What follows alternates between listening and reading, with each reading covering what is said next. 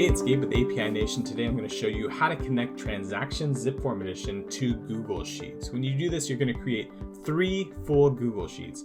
One with all the details from your transactions, a sheet full of all the details from your contacts, and a third sheet full of all the details from your events. By having these sheets full of these details, you're going to be able to create real-time reports, have charts that update themselves, and be able to gain awesome insights into your business. Let me show you how to set it up. First, we're going to go to apination.com and we're going to click Discover Connections. And here you see we have a bunch of real estate apps. If you see any logos that look familiar, just click on them and you'll see all the connections that are available, opportunities to sync and automate some of your processes. Here's Transactions zipForm Edition. I'm going to click on that. Here's the syncs available for transactions. I'm going to click on Google Sheets so we can set that up. And here we go. To set it up, I'm just going to type in my zipForm username, my zipForm password, and then the email I would like to be reached at.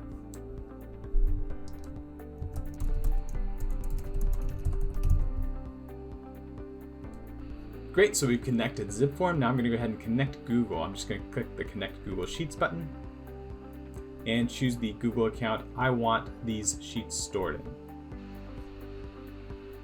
This is it. This is the last step.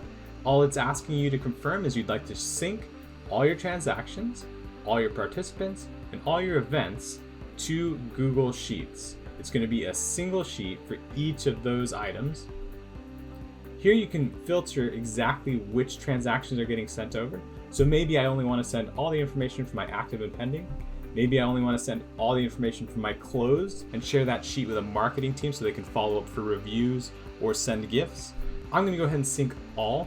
That way I can get those business insights. I can look at all the details from all my transactions and really figure out what's going on. I can also filter by zipForm team. And here it's sync all on first run. That just means I'm going to take everything I have in zipForm, add it to those Google Sheets. If you uncheck this box, then any transaction you add or modify from today going forward will be added to Google Sheets. But most agents and brokers I talk to want everything in there, so I would leave that box checked. Then you hit Start Sync.